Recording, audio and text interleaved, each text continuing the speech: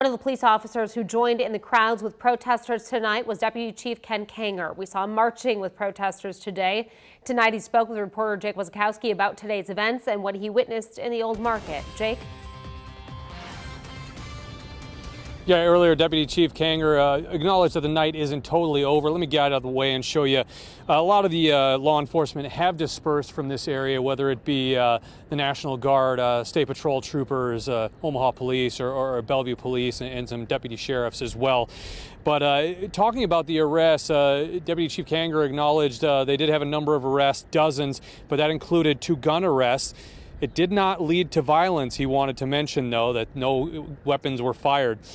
Kanger said it was successful because there wasn't any property damage and there was a lot of solidarity between officers and the people rallying. Officers asked at 8 p.m. if they could take a knee together and if all citizens would leave peacefully.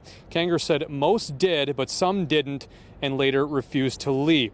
Now, they did deploy pepper balls and detain people. It's unknown exactly how many at this point. Overall, there was no violence and no property damage downtown tonight.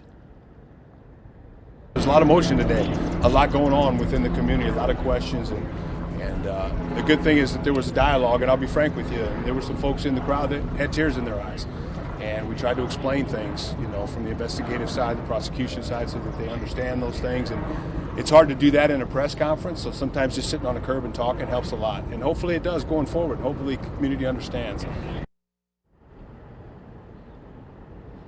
As you can see, the National Guard is still between 14th and 13th and Howard at this point in the night. Police say people were not resisting, but they refused to leave after the curfew time, and that's why they were detained.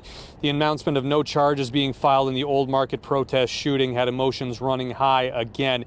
Kanger says they want to do everything they can to listen and also protect the community. Now, police say that they are still monitoring any other areas that could have potential gatherings this evening. We've seen a few more people be detained here within the last hour or so, but for the most part, people have dispersed and left the area. Reporting live in downtown Omaha, Jake Wazikowski, 3 News Now.